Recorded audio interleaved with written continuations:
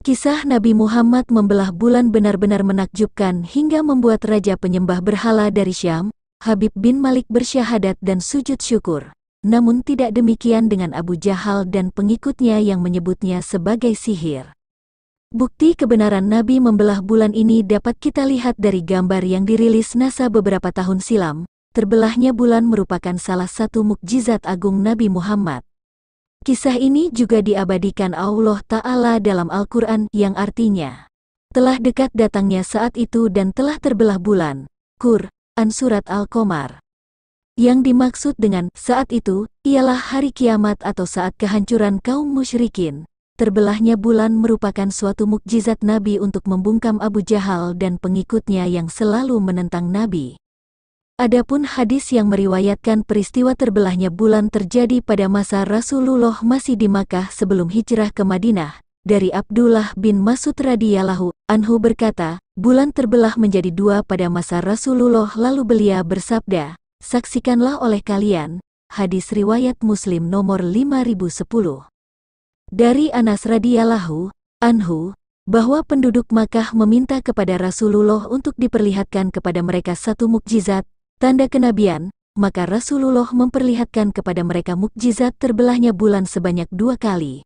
Hadis riwayat Muslim nomor 5013. Dalam terjemahan kitab Durratun Nasihin bab mukjizat Nabi Muhammad karya Syekh Utsman bin Hasan bin Ahmad Asy-Syakir Al-Haubawi dikisahkan, pada zaman Rasulullah hiduplah raja bernama Habib bin Malik di Syam. Dia adalah penyembah berhala yang fanatik dan menentang serta membenci agama yang didakwahkan Rasulullah. Suatu hari Abu Jahal menyurati Raja Habib bin Malik perihal Rasulullah. Surat itu membuatnya penasaran dan ingin bertemu dengan Nabi Muhammad dan membalas surat itu ia akan berkunjung ke Makkah.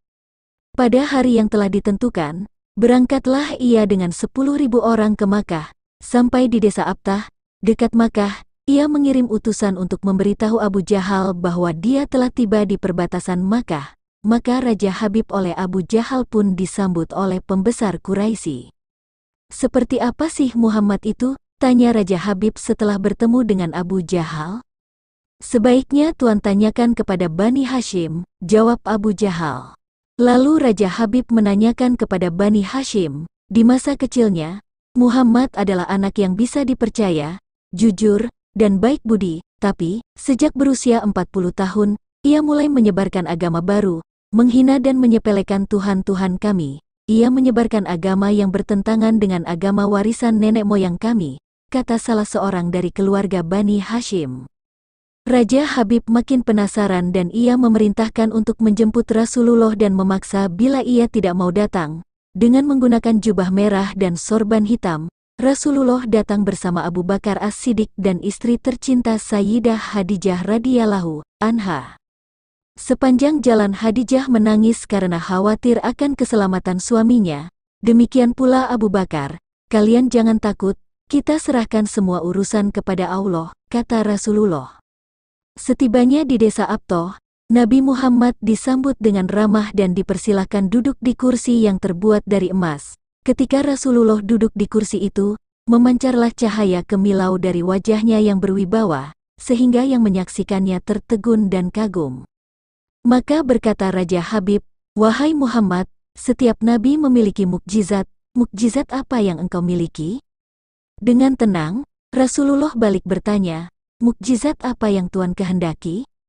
Aku menghendaki matahari yang tengah bersinar engkau tenggelamkan, kemudian munculkanlah bulan. Lalu turunkanlah bulan ke tanganmu, belah menjadi 2 bagian, dan masukkan masing-masing ke lengan bajumu sebelah kiri dan kanan. Kemudian keluarkan lagi dan satukan lagi, lalu suruhlah bulan mengakui engkau adalah Rasul. Setelah itu kembalikan bulan itu ke tempatnya semula.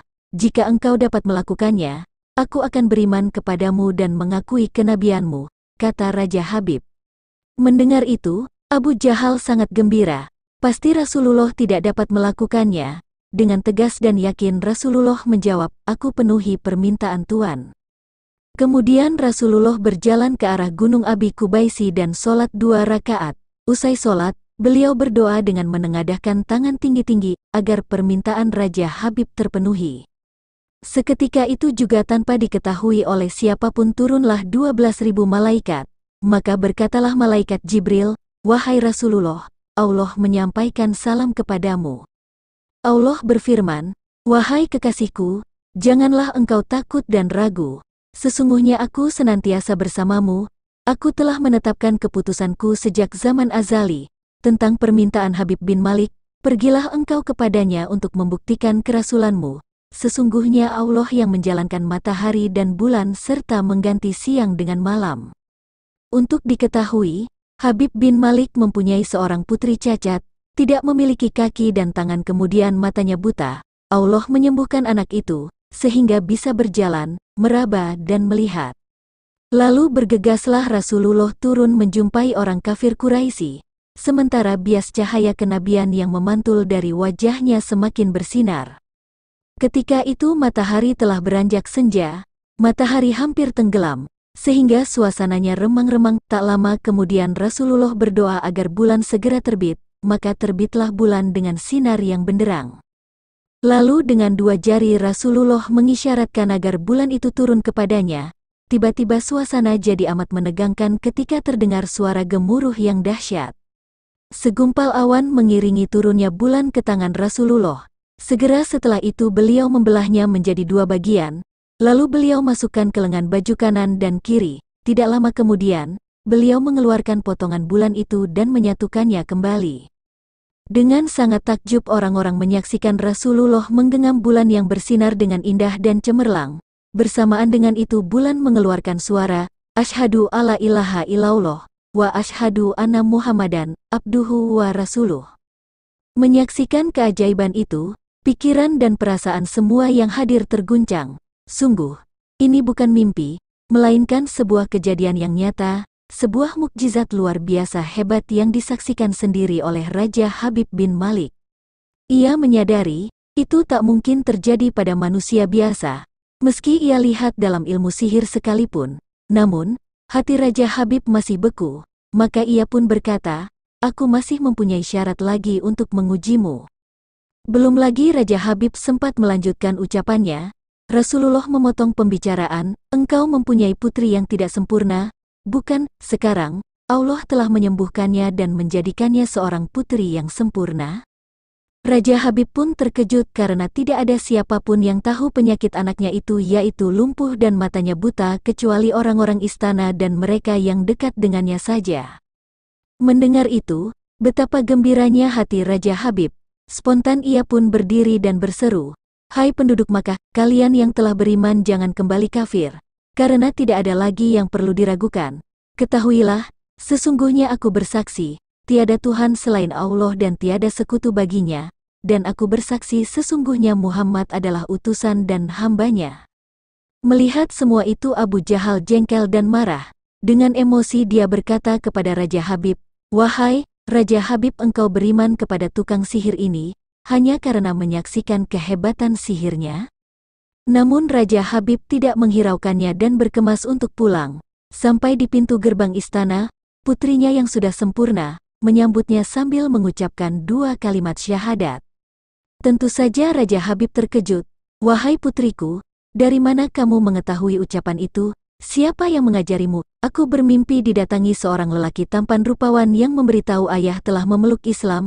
Dia juga berkata, jika aku menjadi muslimah, anggota tubuhku akan lengkap. Tentu saja aku mau." Kemudian aku mengucapkan dua kalimat syahadat, jawab sang putri. Maka seketika itu juga Raja Habib pun bersujudlah sebagai tanda syukur kepada Allah.